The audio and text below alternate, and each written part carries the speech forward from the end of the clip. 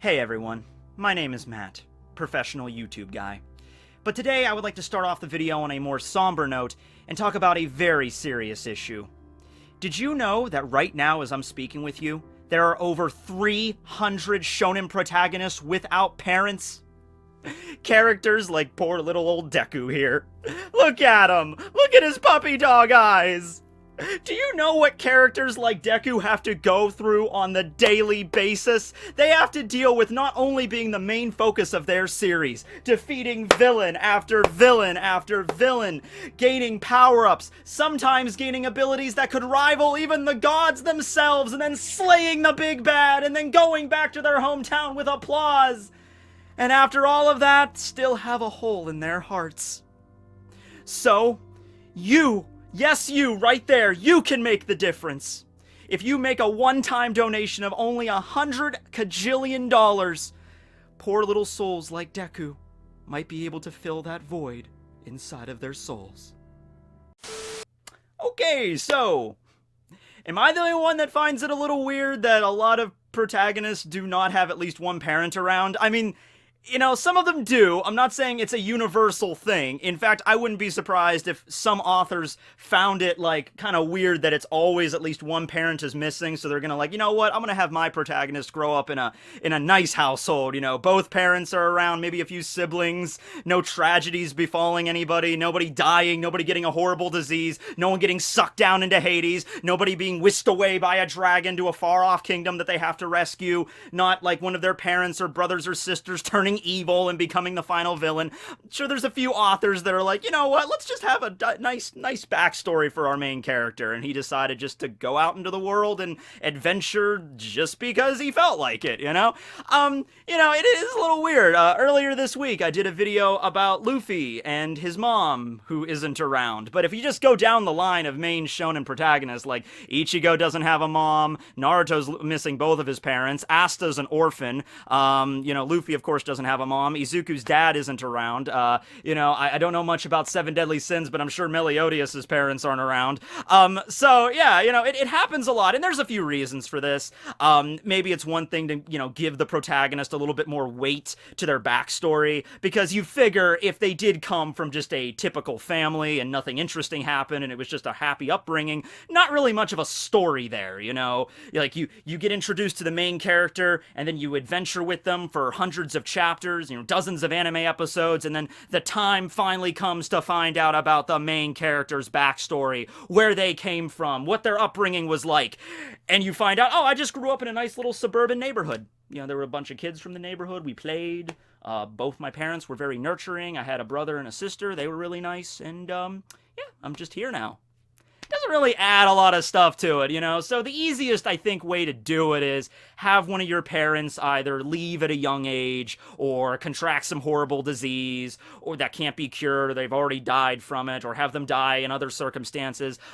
Somehow tie it back into the main, story. Like, the protagonist is facing off against this great villain, and we find out that the villain is the one that was responsible for the death of one of his parents or both of their parents. Going back to Batman. That's kind of where that's also a big thing. By the way, I'm not a comic book guy. Was the guy that killed Batman's parents, was he ever relevant? Did he turn out to be a significant guy, or was he just... I think the weight of that is more just like he was just an unknown burglar kind of guy, and it's just the dregs of society, and that's what made Bruce Wayne wanting to become Batman, just because, it wasn't like a big flashy thing. It was just his parents got shot down, and that was it. I'm thinking that's the way it's going, but I don't know. So let me know about that. But I think it's just easier to write a backstory for your character when it's awash in some sort of tragedy.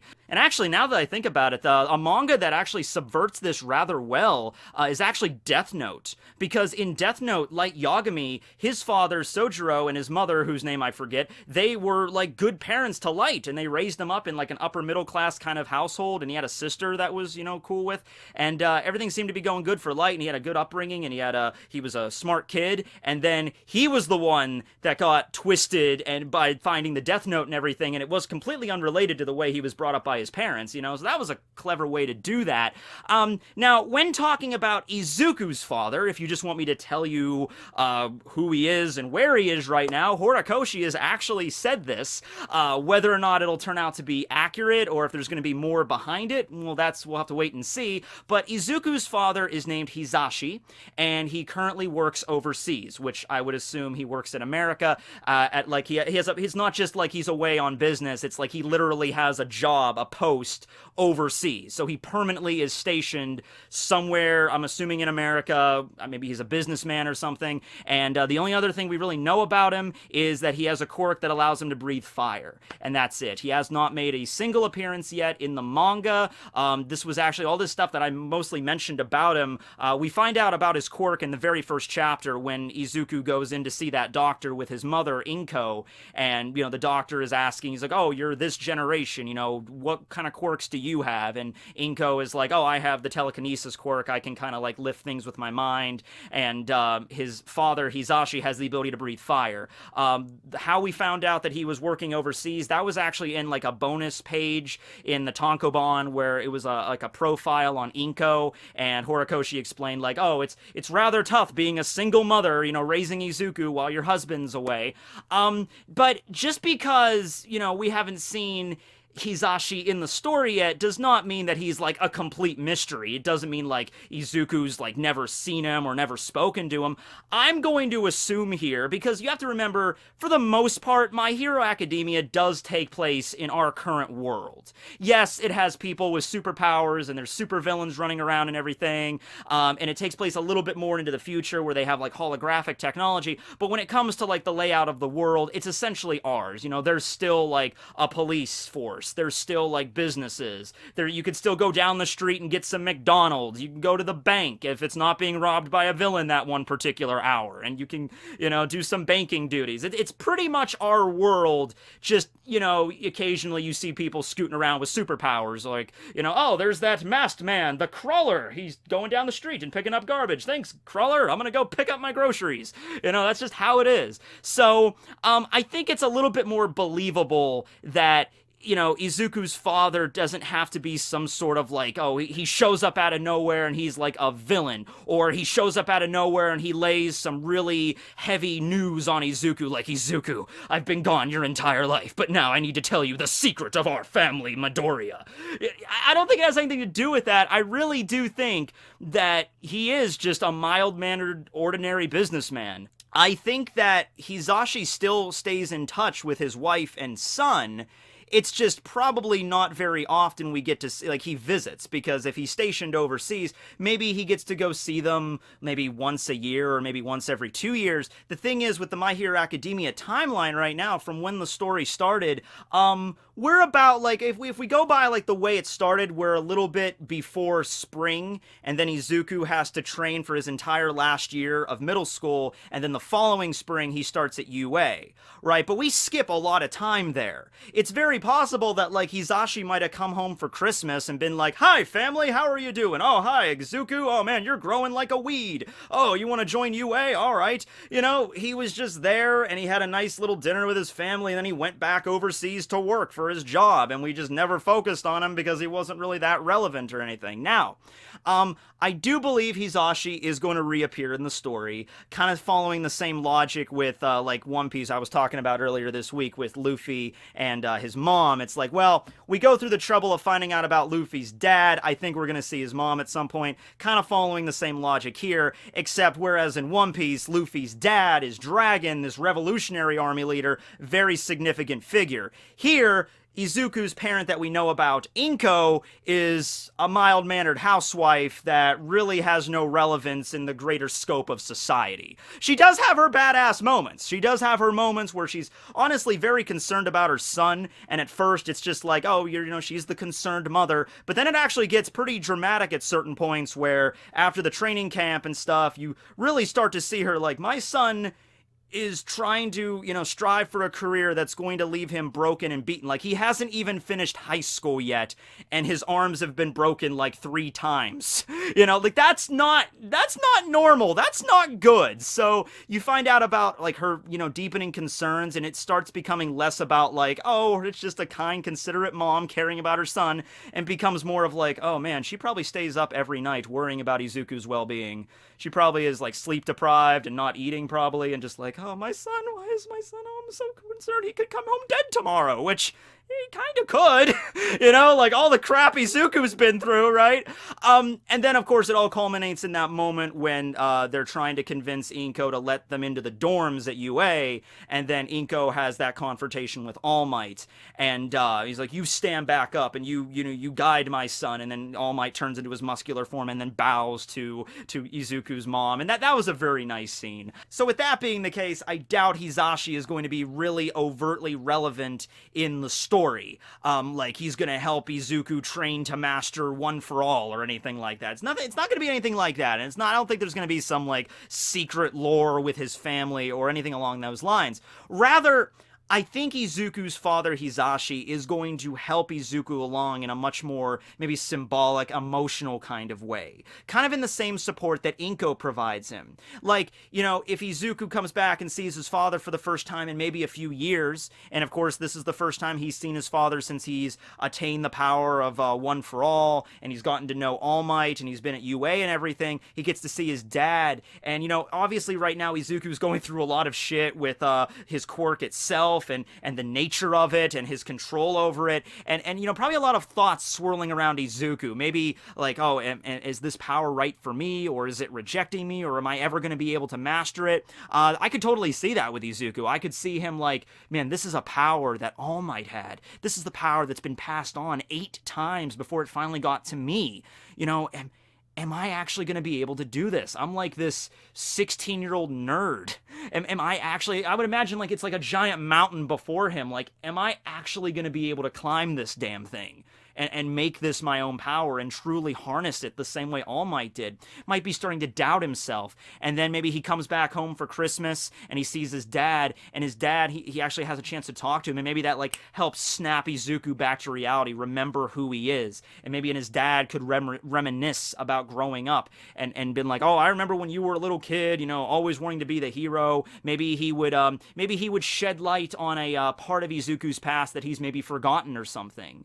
Like, maybe there's a story like, oh, I remember when you were, you were 6 years old, Izuku, and you saw somebody trip and fall, and you wanted to go help them up, even though you really couldn't, and that just showed right there you wanted to help society, you wanted to be the hero. Nothing significant, nothing like huge, like elaborate, but like, like him and his father just have like some bonding time, because they don't get to see each other very often, and Izuku's like, you know what? I forgot about that, but I do remember, I did want to be a hero, and I always looked up to All Might, and then I had my friend, like, Bakugo growing up and everything like that, and I think, thanks, Dad, thank you, I think I can do this, I think I can make this quirk myself, and of course, he wouldn't maybe tell him about One for All and everything, keep that, of course, a secret, but he would just, like, thank his father for, the words of wisdom that he would bestow upon him, because that's, like, the typical scene. You have a father and his son is like, let me spread some words of wisdom to you, boy, as the words of wisdom that my father, bestowed upon me. Let me think about that for a second. No matter where you work, son, always remember there's going to be people that are just going to be total jackasses. That was a word of wisdom my dad bestowed upon me. Doesn't really happen too much on YouTube because I kind of do my own thing here, working out of my house and stuff. I don't really go into the office every day. But if you work in retail or anywhere really where you're dealing with a bunch of coworkers, I think those words of wisdom ring true. I think they certainly ring true. So thank you, Dad. Might be something like that with Izuku here. Now, let's talk about this in another light. Let's go into the way, I personally don't think this is going to go down, but let's say, how could Izuku's father being revealed be very significant to the story? Maybe there could be something to this, and we just don't know about it. So let's take it from this perspective. Let's say Izuku's father, at one point back in his younger years, he was a professional hero. Let's just say that. And at some point, he stopped being a hero. Maybe because his quirk got stolen. All right, let's just roll with it. Just roll with me here, okay? I'm arriving at a conclusion. You just kind of have to journey with me on the train for a little bit, okay? It's gonna be the scenic route, all right? Izuku's father, back in his younger years, he was a hero. He could breathe fire. Got his quirk stolen. He was kind of bummed out by that, but he decided, you know what? I'm gonna pick myself back up. Even though I don't have a quirk, can't be a hero anymore. I'll just try to be like a salary man. I'll just get a job and I'll work and I'll provide for my family and blah blah blah. And then Izuku was born. And then he sees Izuku, his son, growing up to really, realizing he doesn't have a quirk and then wanting to be a hero. And maybe his father feels like, oh man, I can't, I want to give this kid words of wisdom. I want to tell him it's going to be okay that he can grow up and be a hero like he wants to. But I used to be a hero and I got my quirk stolen and I can't do anything now. I'm just a salary man working at like the Better Business Bureau or something. Just like so maybe he decided, I'm going to take a post away from my family, because I can't bear to be around my son. I can't bear to see him grow up for a dream that I know isn't going to happen, right? After what happened with me. And you can explain away all the little inconsistencies here. You could just say, oh well, obviously this was a touchy subject for Izuku's father, so that's the reason Inko did not tell Izuku about it. That's the reason she just lied and said, oh yes, Izuku, your father, he has a quirk that allows him to breathe fire. That does it. We don't know how long his father has been working overseas. He might only get to see his dad maybe like a few days out of the year or every few years, if that. So there's no telling that, there's like proof that Izuku saw his father breathe fire or anything like that, right? Or when Izuku was a little kid, maybe he could have been still having the power and then he got it stolen or something like that. So, of course, what I'm kind of bringing this back around to here is that this could tie back into All for One, where Izuku's father comes back, and then after maybe finding out what happened in Kamino, he connects the dots and maybe sees like, oh, maybe, if it's possible to steal quirks like he did with mine, maybe it's possible to give quirks to somebody. Maybe he arrived at this conclusion. He sees Izuku with this power, and he tells Izuku what really happened to him. Like, I was a professional hero back in my younger days. For some reason, I'm imagining Izuku's dad as a smoker. Like, he's like, lights up a cig, he's like, back in my early days, Izuku, back when I was a strapping young lad in my early 20s, I was a hero. I saved the people, and then and maybe the reason, they could have kept it secret, like his identity. Maybe he was in a different part of Japan. Maybe that's the reason, like, they don't, like, make the connection there. But he's like, yeah, I was a hero, and then one day I had a run-in with a villain, and he ripped out my powers, and I don't have them anymore, and I decided to become a businessman. And then he warns Izuku about the terrors of the man and everything, and Izuku's like, yeah, I know, Dad, I saw him firsthand. And he's like, I used to always think it was only All Might that would have been capable of taking him down. But, if he's still out there, that might actually fall upon you.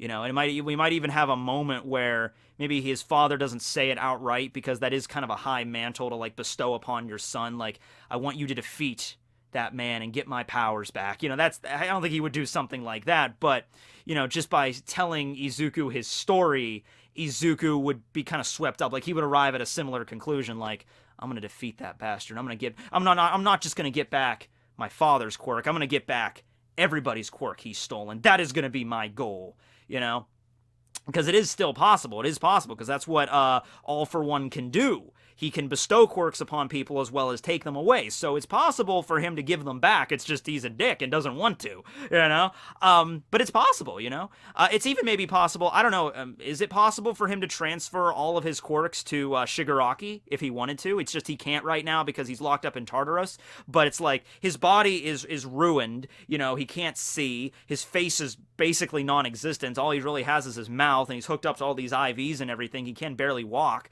So would it be possible, like, if he does get broken out of Tartaros, or if Shigaraki breaks in, he can just, like, I give you all of my quirks, Shigaraki, including All for One. Is it possible to even transfer the All for One quirk? Maybe. We don't know. There's so much about this we don't understand. But the reason I left that as, like, the secondary possibility is because I personally, from the way the story is developing and the way we've seen Izuku's mom and the way, like, Hero Society is built up and the tone of the series, I would be perfectly fine with Izuku's dad just being a normal dude. All right, I don't think there has to be a deep mystery around him. But if they were going to do something with that, if it was going to be like, this is a significant thing to the plot, I would probably just tie his dad back into All for One at some point. That is the best way I would do it if I was writing the story, okay? But what do you guys think about Izuku's dad, Hisashi? Do you think the story we've been told so far, like he's a businessman working overseas, do you think that's true? Or do you think Horikoshi's just leading us on? Or do you think he's living another life in America? Maybe he's tied to maybe a villain organization or something, and Inko just is none the wiser. He just keeps it from his wife and from his son. And what about his quirk? You know, the ability to breathe fire. Do you think it was just as simple as just, oh, I can breathe fire, you know, whatever? Or do you think he used to be a professional hero at some point? The reason he quit, or is he maybe still a hero? Maybe he still is a hero, but he moved to America to be a hero there, and so his family wouldn't know about it. Who knows? Maybe he has secrets of his own. He doesn't want his family to know. He's living a double life. Maybe he's cheating on Inko right now. Maybe he has another son in America. I don't know. But it's certainly something hotly debated, so comment below. I feel like he's going to be popping up soon, or at least mentioned or something, because there's just a lot of turmoil going on in Izuku's life right now. So I feel like this would be the good point for his dad to show up and have like a heart-to-heart. You know what I mean? All right, well, thanks for watching, everybody. Tekking101 signing out. Later. And remember, $100 kajillion could mean the difference. Could mean the difference.